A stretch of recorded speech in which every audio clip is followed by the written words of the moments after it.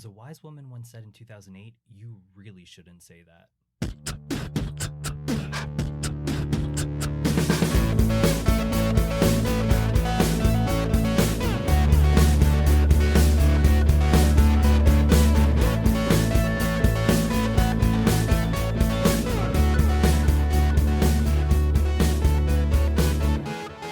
Hello, my LGBTQTs, and welcome back to another episode of A Jaded Gay. I'm Rob Lovelace, and today I am a non-jaded gay because I recently got a 5-star review for the podcast, which, the message I read on it, I loved it. It really touched me. Thought it was really sweet. I'm going to read it real quick, actually. This pod and the topics Rob cover was the drop of water that kicked off a journey for me that has had a profound ripple effect. Getting insight to gay microtraumas, people-pleasing, perfectionism, vulnerability, community, codependency, and internalized homophobia helped me to put words to what I was experiencing. In addition, taking action by seeking out a queer-affirming life coach.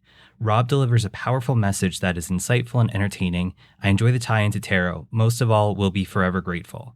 So for whoever submitted that, thank you very much. Super sweet. I'm really glad you find the podcast so helpful.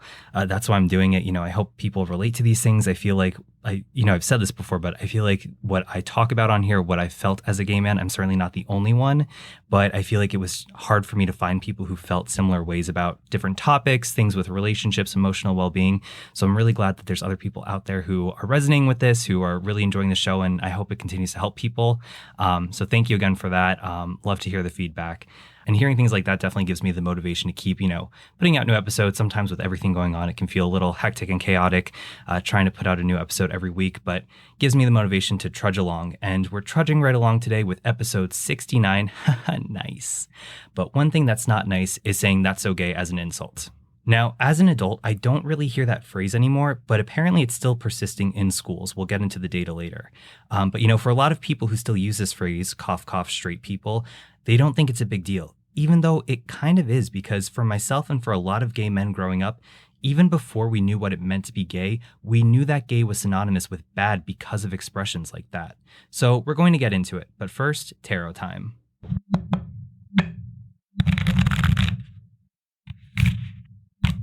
All right, so you might have a little hint of deja vu here, but today's card is once again the Seven of Wands, which we just pulled for last week's episode.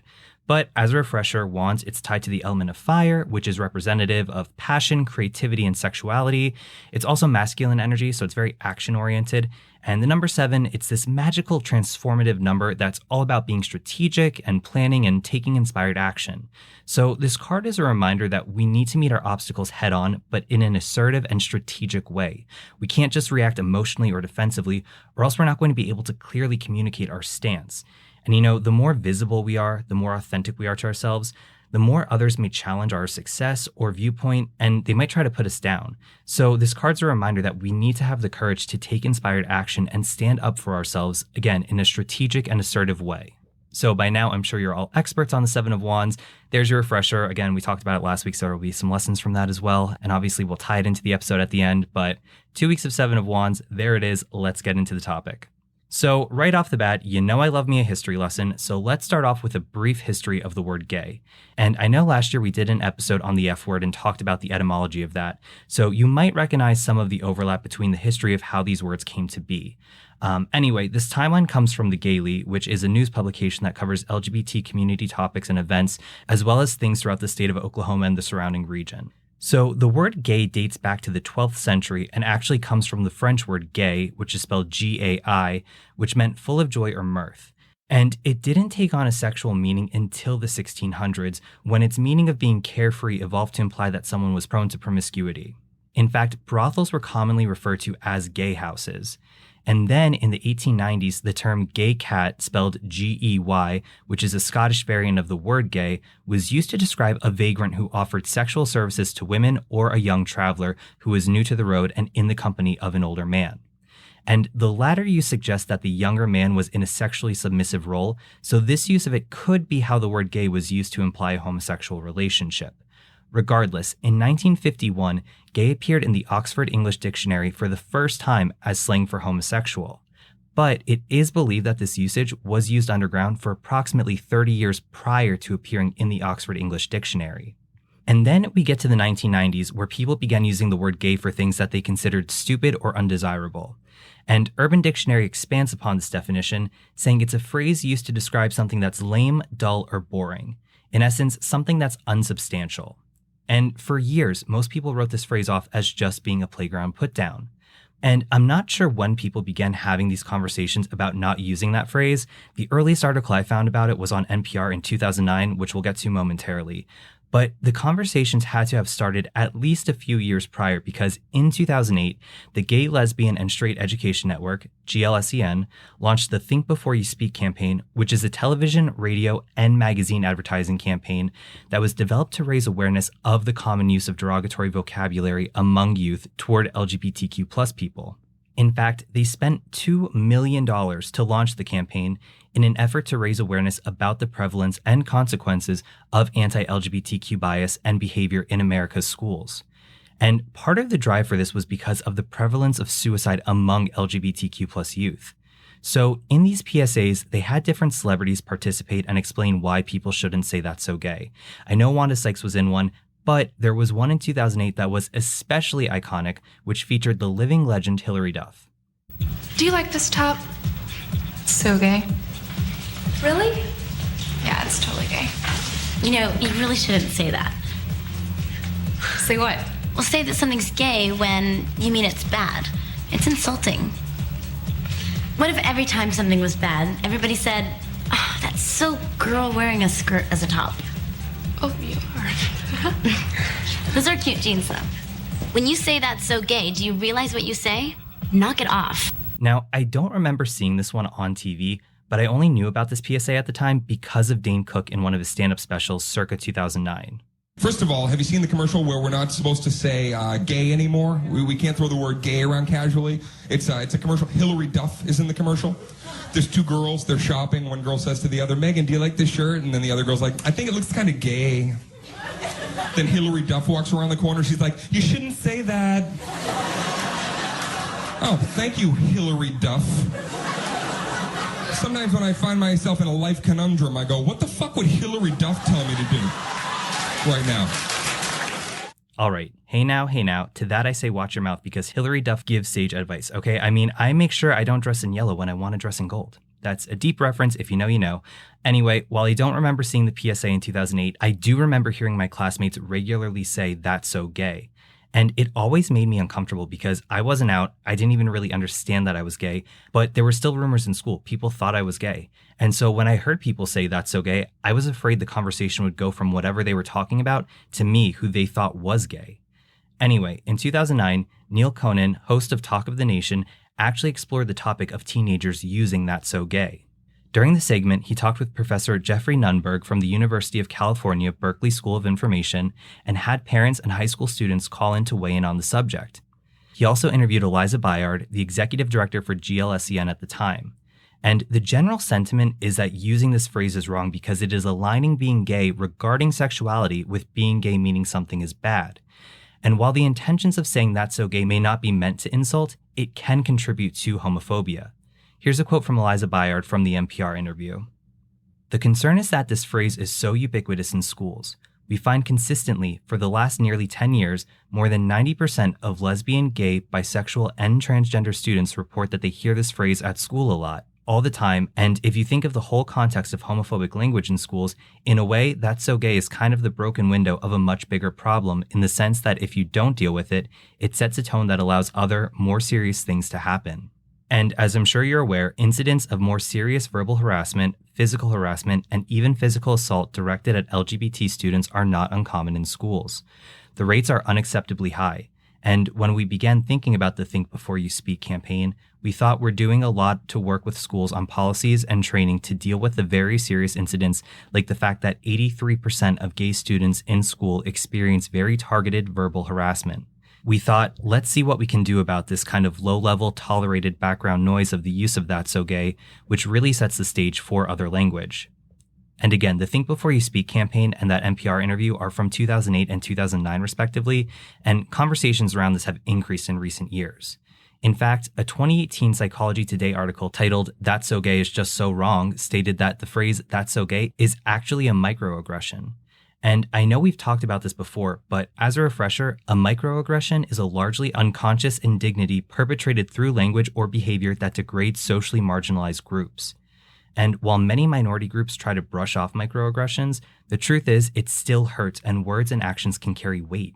In the article, Dr. Joe Court, a licensed psychologist, claims that it doesn't matter if kids become acclimated to harmful language because saying "that's so gay" is always pejorative, harmful, and homophobic. And that phrase is especially harmful for kids who are struggling with their sexuality. Here's an excerpt. Think about this. For thousands of years, religions have called homosexuality an abomination. People still get murdered if someone thinks they are gay, and not just in other countries. Imagine being that kid who suspects he's LGBT, is feeling shame and in danger for his friendships or his life because he can't turn to anyone to talk about it, not even God. Court goes on to say that we must begin to understand the power of language and become aware of the words we use, since there are so many unexamined assumptions embedded in language. Court gives the example that when most people hear the term LGBTQ+, they equate it to having adult sex. However, for an LGBTQ+ child, the term doesn't have anything to do with that. Additionally, LGBTQ+ children tend to be invisible in society. Court shares the example that one of his clients remembered riding in the car as a kid with his father, and the father pointing out a building they were passing and said, "That's where all the faggots go to dance." Now, his father loved him, but he had no idea his son was struggling with his sexuality. So think of that kind of shame and pain those words can cause. Court shares another story of a client whose parents caught him looking at gay porn and was horrified and said, "You're not gay, are you?" So those kinds of microaggressions, along with hearing phrases like "that's so gay" thrown around carelessly, can have extremely negative impacts on LGBTQ+ people. Here's another quote from the article. "I hear stories like these in my office every day. LGBT children and teenagers are little spies, looking around to see if people are safe or dangerous, or if the situation or environment they are in is safe or dangerous.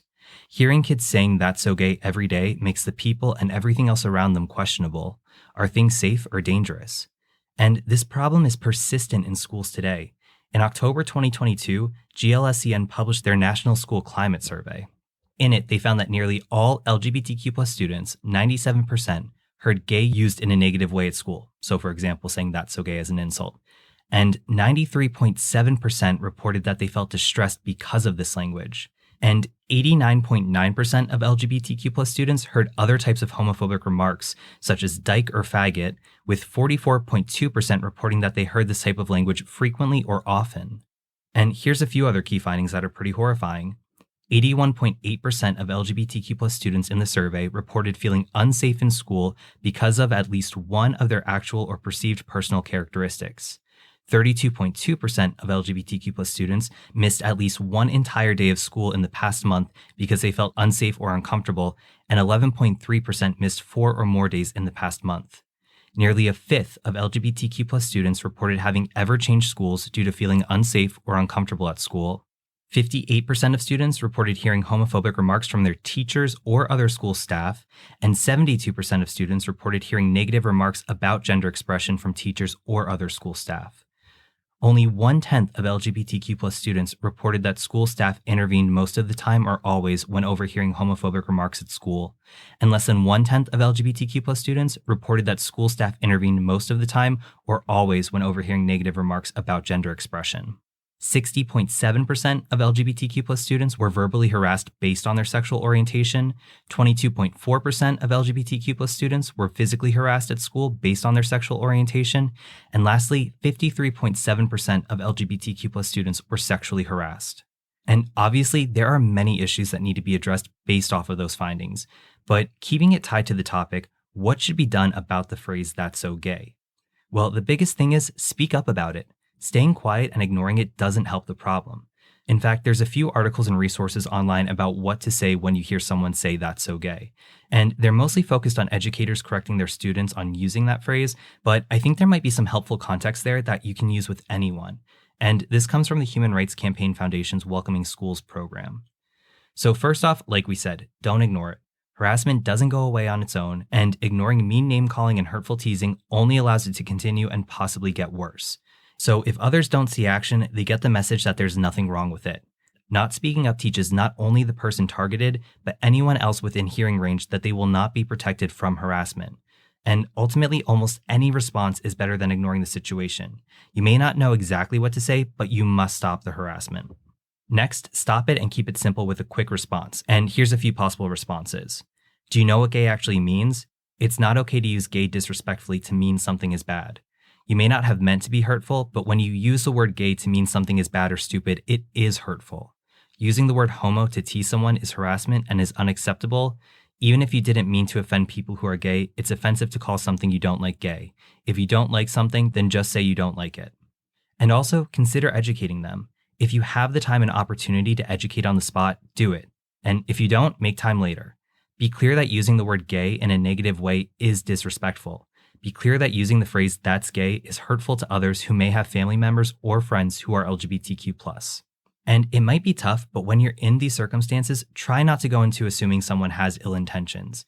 Even beyond using the phrase "that's so gay," I think a lot of people use language that isn't okay without realizing why it's hurtful. And beyond just commentary like that, we should all be intentional with our words and mindful of what we're saying. You know, we're living in a time when it's super easy to just hurl insults at people or approach them with snappy language, and this just causes disagreements to escalate, and it's completely unnecessary. And connecting it back to the tarot, when these obstacles appear, when there's disagreements on the horizon, it's easy to just kind of back away or to react emotionally and defensively without actually taking the time to properly educate someone. So in a situation like this, again, while it's easy to assume ill intent with somebody who's using the phrase "that's so gay," they may just be uneducated. So instead of hurling an insult back or snapping at them, try to use one of those responses to stop them from saying it and educate them on why it's not okay to say that. Again, easier said than done, and something like this, it's extremely personal. I'm sure we've all had experiences where we've heard "that's so gay" or have had gay thrown at us as an insult. And for a lot of us who are closeted, that's a really, painful, insecure thing for us. So it's, again, easier said than done. But at the end of the day, see something, say something, educate others, and try to do it in a strategic and assertive way. So there you have it. That's so gay. Like Hilary Duff told us, you really shouldn't say that. So be mindful of what you say and educate others if they're using inappropriate language.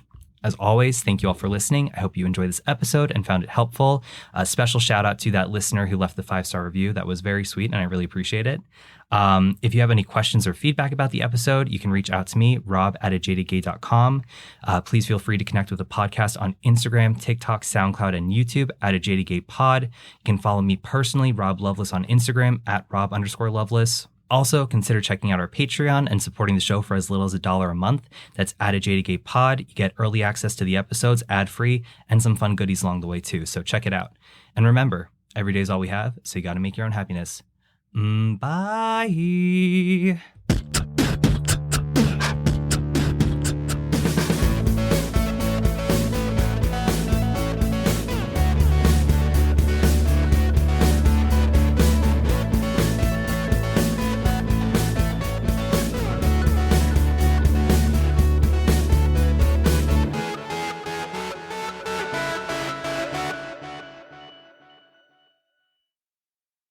So the word gay dates back to the 12th century and actually comes from the French word gay, which is spelled G-A-I, which meant full of joy or mirth.